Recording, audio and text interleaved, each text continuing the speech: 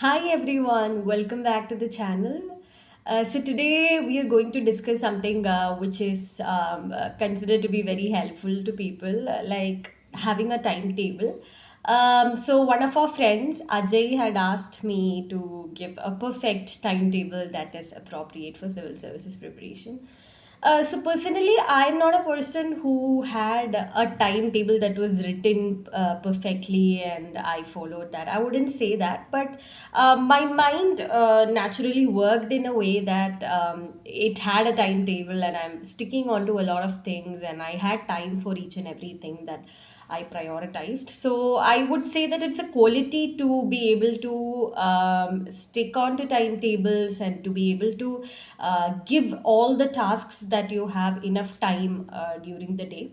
So this is going to be considered an ideal day, how you divide your time in a usual ordinary day, where you need to divide for study and I hope it will be somewhat relatable, and you can maybe mix and match and maybe make a little bit of change to adhere to your standards of what are the components that you want to include in your day. So this is what usually my day look like. So we'll just get started with it.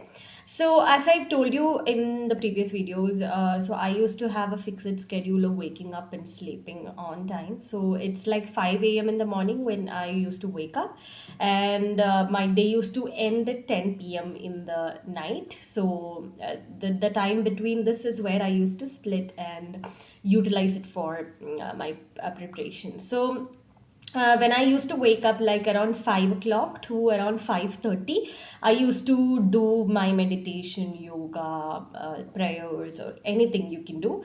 So that space, because you need a little bit of time for your morning activities, and then to be able to come to the study table. So that you can do. Then from 5:30 a.m. to 8 a.m. I used to give myself the time to study. So this point of study time, I would say, it's specifically dedicated to revision of various subjects, because whatever you have learned in the previous day, not even in the previous day, there are few things that are very important for prelims. It keep getting repeated, and if you make a note out of it, then you can revise it every single day. The things that you forget the most often, they have to be revised every single day. So this particular time of the day, early morning, I used to dedicate to all these revision aspects. You can choose what you are revising the previous day itself, so that I used to revise.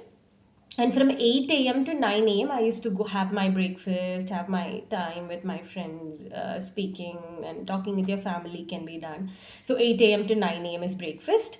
And from 9 a.m. to 10 a.m., I used to go for my newspaper reading. Newspaper reading is considered to be a crucial aspect. So I have dedicated here 1 hour of time. I was a little more faster in terms of newspaper reading because of habit. It becomes a little more easier for you to grab. Maybe half an hour would be enough, but for an ideal person who is starting off with the preparation, I think 1 hour would be necessary. So that's why 9 a.m. to 10 a.m. Then from 10 a.m. to 1 p.m., it's your solid 3 hours of preparation for your examination. So you can take up a very important core subject or a topic of general studies, and you can prepare that time. And then from 1 p.m. to 2 p.m., I used to give it for my lunch, a little bit of rest. Then 2 p.m. to 3 p.m. I gave for CSAT. So here one thing you have to note is that it's better to avoid your nap at the noon time, because most of us have the habit of sleeping at the noon time. But the thing is, the examination is aligned in a way that there is no scope for you to sleep in between. So you have exams in the mornings as well as in the afternoon, like around 2 p.m. your exams would start. So it's not good to develop a habit of sleeping or taking a nap in the afternoon. It's better, the earlier the better, that you keep away such a habit, because coming closer to the examination, it will be very difficult for you to change. So I was giving myself that thought that don't practice the habit of taking a nap at the noon time, so it's good to avoid it. Even during the mains examination, you have on both halves of the day you have the examination, so please don't practice such habits which are difficult to change, and will affect your productivity or performance in the examination. So from 2 p.m. to 3 p.m. I used to dedicate to CSAT. CSAT is an important component, as I told you. It's not about the how much of time you are dedicating to it, but that you are giving it enough attention every single day. Like if you're giving it on a daily basis, it's perfectly fine to give just 1 hour. So 2 p.m. to 3 p.m. I did that, and then 3 p.m. to 5 p.m. you can give for your optional subject. So उससे भी avoid नहीं करना है. You have to give enough time for it every single day. So 3 p.m. to 5 p.m. was my optional, and then from 5 p.m. to 6 p.m. you can have your tea snack break. And even with that, I told you I used to take a walk along the garden or outside my place of stay, so that through the revision, I used to get a walk also. So I used to read my notes which are made online in Google Docs, and then have a physical activity. So you can do either a workout, you can go to the gym, or do your revision thing. So that is what I used to do, 5 p.m. to 6 p.m. And from 6 p.m. to 8 p.m. is the time when all these current affairs things will come up in the websites. All your daily current affairs gets updated by this time, so you can go back and read it. I used to read the daily current affairs, and then I used to add the things which are necessary to my notes, the notes which I have already made in Google Docs, to which I can add any important aspect. Even I used to go back to my newspaper the second time, and then make notes out of the things which I pointed out in the newspaper in my notes. And then you can also listen to TV news. I used to watch Al Jazeera, then Rajya Sabha TV, Lok Sabha TV, or Sunset TV as of now. Anything of that regard can be chosen, so that you have a mix of different mediums of news, not just newspaper reading. You have a little bit of entertainment when you have a video format, so that is also good. So please have that. And then from 8 p.m. to 9 p.m. I used to have my dinner, and then from 9 p.m. to 10 p.m. I used to again revise whatever I've studied for the day, or learn something new. It's your choice, you can do anything of that. And then it was then time for me to sleep. So 10 p.m. I used to, as I told you, read myself to sleep. That is, I used to have my Kindle, or you can have any sort of book, and you have a quick bite of any book. It's a good habit for you to sleep better, as well as to have some sort of input knowledge for your, maybe your essay and answer writing.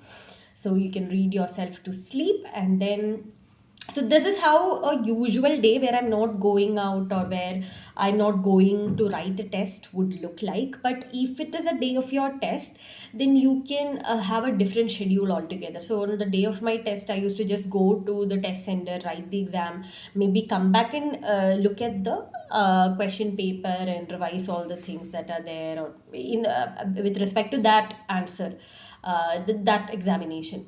So that day you may not be able to learn any other subject. That's perfectly fine. Give yourself that space, that flexibility to adopt to different standards. And then you need to also include all your hobbies along with it. So as I've told you, whenever you have an extra time, like when I've allocated 1 hour for eating and all, you can like divide it among your hobbies and different things that you want to include.